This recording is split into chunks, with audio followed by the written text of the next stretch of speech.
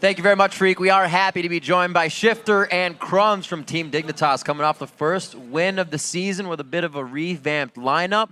Shifter, got to say congratulations on the penta. But ultimately, Crumbs, I want to start with you and say, you know, you got two new people on the top and the bottom around you, or top and mid, I should say. What's it like working with those guys? How are you feeling about the team? I couldn't be happier with the position that this team is at. You know, every lane is at the strongest point, I feel like, and really, over the past couple of days, it's just improvement after improvement, and I really feel like with this roster, like with the entire team that we have, everything backing us up, Scara, the coaching, everything, we're going to go places. Shifter, 15-0, first LeBlanc game on Dignitas. That's a nice start, but at the start of the game, it seemed like you were actually struggling a little bit in lane. How did you turn that one around? You were down in 50 CS at one point. It was mostly because the initial gank where we got off Probably, I was actually pressuring him really hard because of an early level 2, but I wanted the next wave to shove, so I just, you know, Crumbs, just take it all, I don't care, I just want it back. And I actually did a lot more roaming than staying mid at all. I've went top bot like at least twice before 10 minutes or so. Crumbs, I kind of want to ask you before we get into the replays, when you have a change like this to two of your solo lanes, what did you work with Shifter and Zion, Spartan, and Dignitas to kind of vamp them up and get them ready in time to be at an LCS level with Dignitas' squad? I mean, going off, obviously they're already an LCS caliber players, but as soon as we find out, we just started duo queuing. That's the easiest way to start getting hype, just duo queue over and over. And honestly, our record of duo queuing, like me combined with either Shifter and Zion, we probably have like 70 wins and like 5 to 10 losses. So it's really nice. Like we barely lose in solo queue. So power combo. Yeah, so just duo queuing all the time, that's a nice way to just kind of understand each other as a player. And, I mean, I've played against both of them for a long time, so we kind of know how each one wants to play or how they play. So it's not a crazy change to adapt to. And, of course, it all ended in this game with the pentakill. And we're going to get this up on the screen just so, Shifter, you can kind of walk me through, not necessarily the mechanics of this play, but just how are you feeling coming into this last one? Okay, so all we want to do is try to pop someone because that's the way we could end it. I had my ult up right now, I think. Yeah. And if we just killed someone, it'd be an easy 4v5. I got a champ window, didn't really mean much. We got the Nexus Tower, and then I think we get a really good route on Robert here. A really good Zyro. Wow. I get a 3-man distortion or something, get a chain on Robert, and then I just flash Q for the Karma. And then, you know, Broken Shard, really good guy. That respect Penta. Just give it up. Maybe there was an outside chance he thinks he could kill you guys off the Nexus to extend the game a little bit longer. So coming in on the first game, obviously you guys doing very well. Before we run into our next replay, I want to ask you, Shifter, we talked a little about the Scara coaching. When you came onto the team, was there anything you guys kind of had to talk out where you didn't meet eye to eye as mid laners?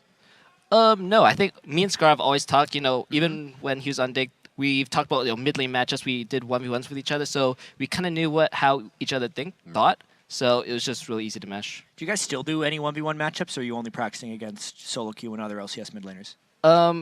I usually ask Scar about like theory crafting and such, like item builds. I usually 1v1 other LCS mids because they're more in practice. Scar, you know, he just messes around solo queue nowadays, so his mechanics are as top notch as they were before.